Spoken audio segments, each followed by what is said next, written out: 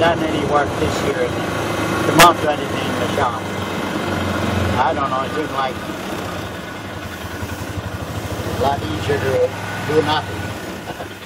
Well, you're getting old enough, you might take a little break for a while. This is on John and Vaughn Niemitalo's farm in North Dakota. That's fine. Get a picture of an old man. Yeah, it's June the 26th, 1916. So you just had your 96th birthday not too long ago. Going on 97 now.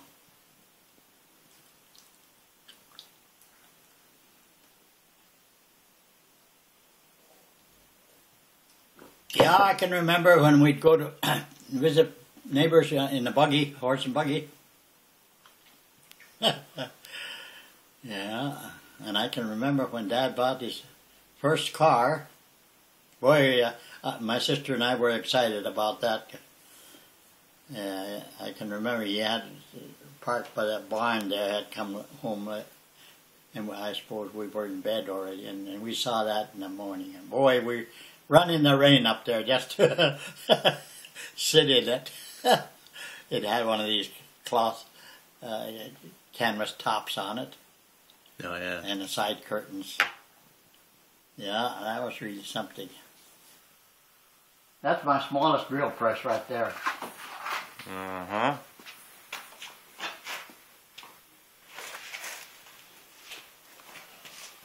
And you gotta watch your step here, otherwise you've got all kinds of stuff. So, I haven't done any straightening out here. It's my iron room, what they call an iron room. You know, it used to be, in the old days, when winter come, everything was outside covered with snow and you couldn't find it. So I decided I'm going to have them inside. And like in the wintertime, I used to do a lot of work. Now, the last 25 years, I haven't done hardly anything in the wintertime because we're going to Arizona. Oh, yeah. Everything is so cluttered up here. Now, this is some of my rock equipment that I've been cutting rocks with. Oh, look at that. Now, I made this saw, but this is a factory-made saw. It's quite a bit. It's, I got an automatic feed on it. Oh, just for when we started going to Arizona, just for a novelty. Yeah, and there's a lot of stuff that. There's a rock that grows. Really? I always used to say that, and the oldest boy said, well, that's one thing we don't need. Yeah, not in North Dakota. When we got to going to Arizona, then my friend from Minneapolis, he was a kind of a rock hound, and he got me started on, see? And you never know, you're that kind of rock, see? Oh, look at that. And then when you wet it up, it really looks pretty. Now there's some of my hobby engines that I made. Steam engines and gasoline engines. Yeah.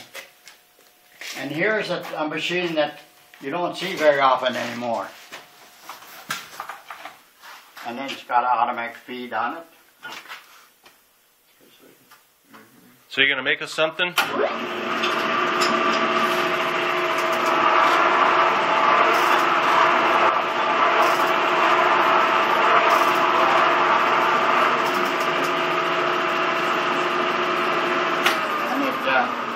Every time it goes by, it slices depending on your tool. What do you want to cut?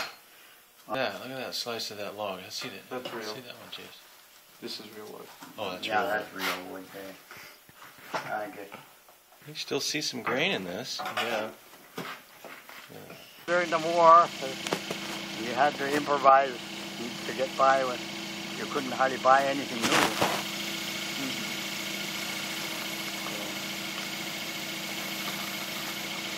Yeah, I could have used it 30, 40 years before. Now you don't know what to do with it all, huh? Well, Uncle Sam knows what to do with it. He still gets his share. But I share with the whole family. Instead of me paying income tax on the whole works, why each one has to pay their own. Said there's no oil here because there was some we're talking about because in Tioga, North Dakota, they drilled that first well and then they struck oil there, but they tried to keep it quiet. But it got away from it and it blew. And then people knew that there's oil in there. And of course, some of these guys that were smart enough and had money, they started going all over the country and buying all the land they could get. And then sold the land back, but kept all the minerals. But poor Terry didn't get a penny. And he had some good 3 good wells up there. Oh boy. Yeah. I guess he doesn't need the money anymore, huh? No, he doesn't need any more money. Yeah, that's too bad. Some people got money and some people just barely got money and then they died. Oh, I used to ride that. That was a handy thing to go around the yard here. But now when you got that four-wheeler, why I've been going with that mostly. You say the kids won't let you anymore, though, huh? Yeah. Oh. If I get a chance, I'm going to take it in the shop and see if I can start it. I got a new seat for it. So put that on there. Maybe take it into town, huh? That wasn't a dirt bike. That looked like it was street legal. Maybe you take it into town. No, it's not a dirt bike. It's a Honda 125. And just right for my short legs. It isn't like when I was growing up. Why, boy, I tell you, you're scratched for everything. Yeah. Yeah.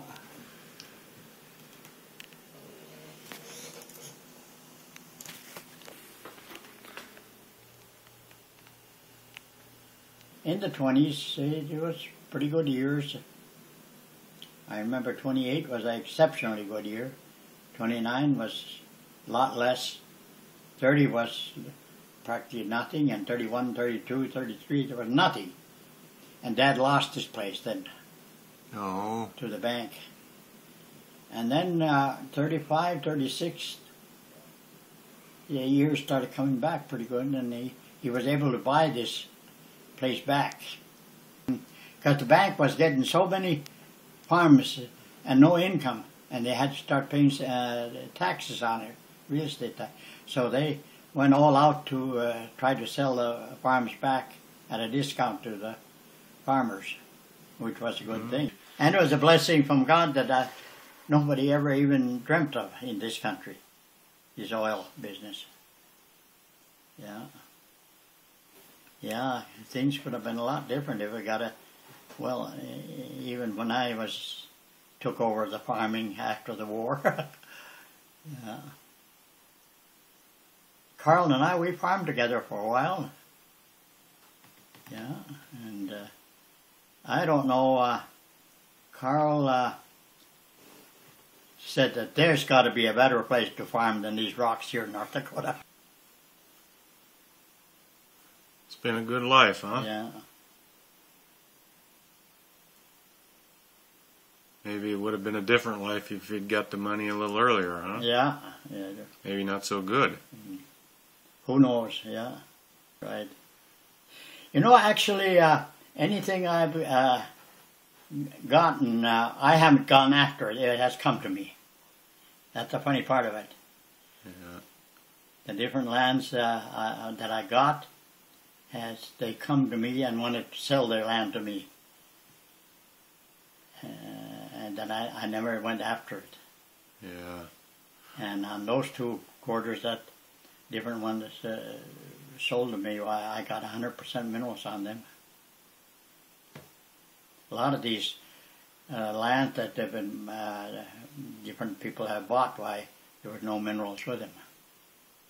That somebody else bought it and took the minerals and then sold the land back.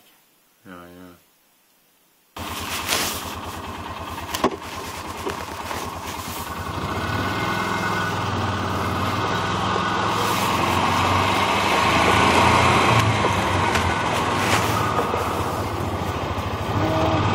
I don't know now. Almost up to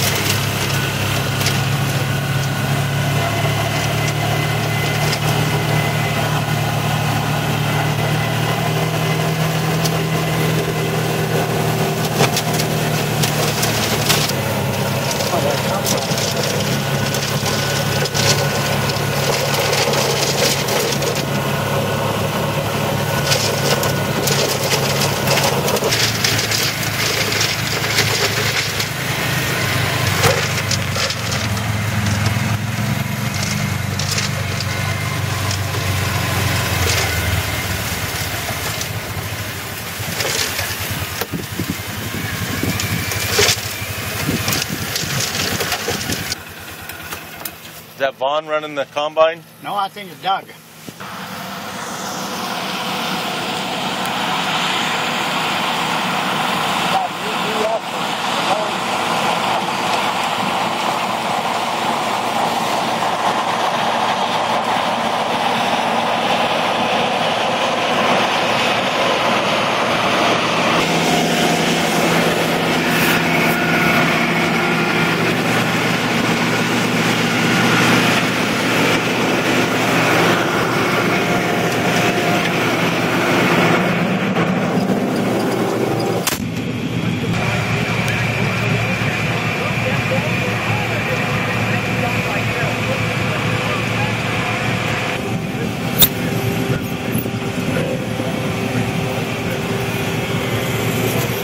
About a 40-foot head?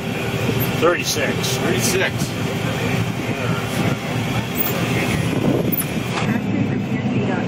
Yeah. Or by asking for PNC, Terry Miller's treasurer. Right now, you can own a brand new, beautiful 3, 4, or 5-bedroom energy-efficient home with fully insulated basement and 2 or 3 cell garages for less than you can rent. The first to live in the beautiful family-friendly John Hine and the grand opening and register for a free flat screen TV August 11th from 11 Wanted new homes, renovated homes, all strangers, safely, community safely, insulated homes, eliminate rent. Here's your moisture right there, Ken. It's 38. Oh, it's bouncing around there. It was supposed to automatically. But it's not grabbing. Yeah. Oh, my steer is on. Now it's. Oh, now I'm just trying to grab that other one over there.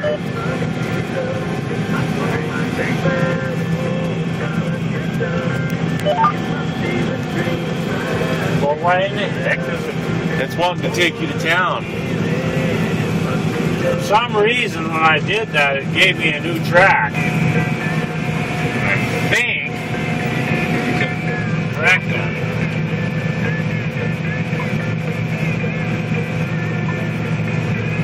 Getting closer. See there, now it's showing the yield 71, 72, and the moisture is 9.7. And here's your minimum is 6.6, maximum 10.6.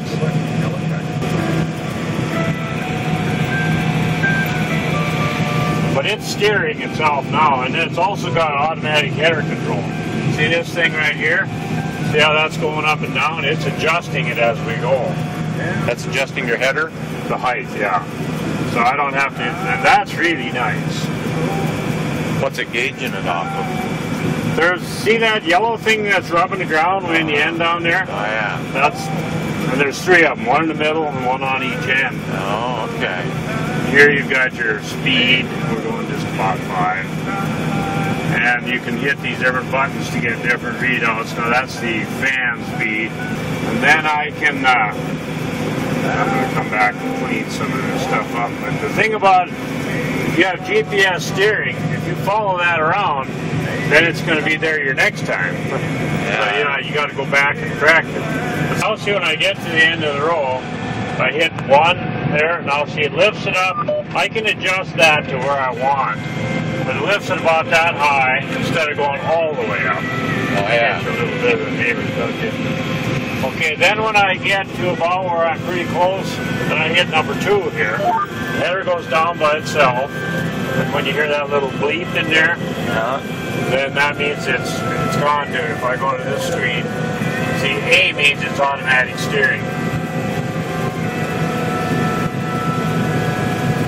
If you don't get all your different fields in there just right, the names and all the different stuff, then it won't record, and then it won't give you some of this other information. But then we set up a little TV camera, did this here, because once it goes past the window, then you can't see what in the world you got, and you still got about half the hopper left. Oh, yeah. But then that'll show it to you. Yep, this is living. Here goes Chase.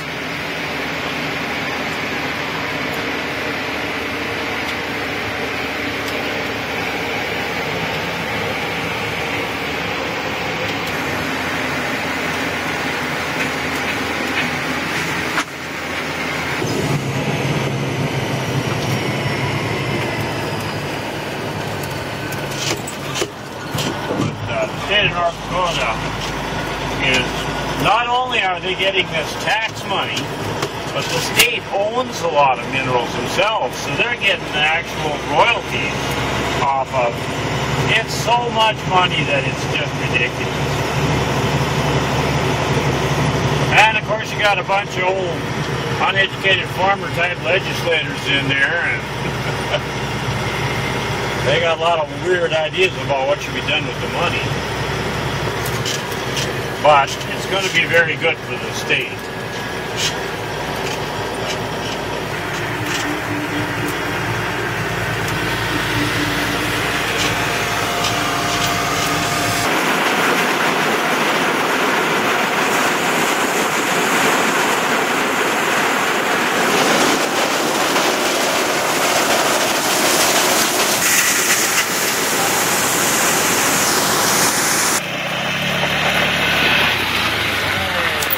Hey, what do we got here? You guys having fun? Oh yeah. Oh yeah. Yeah? Where are you going? Oh, you going to do some farming?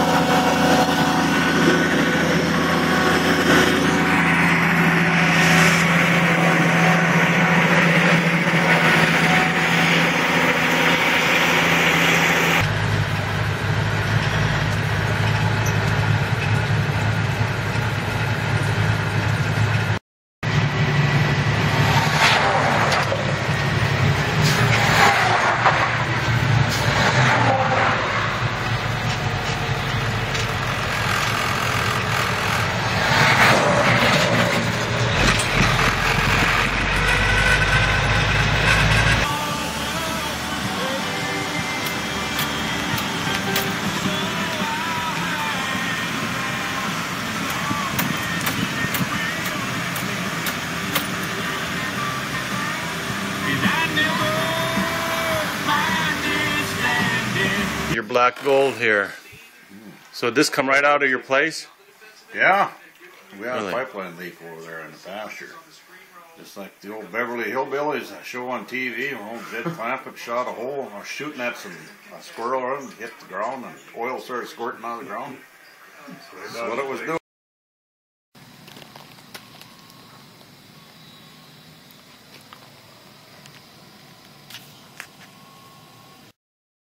12-inch casing that runs about 1,200 feet in the ground, and that's cemented in.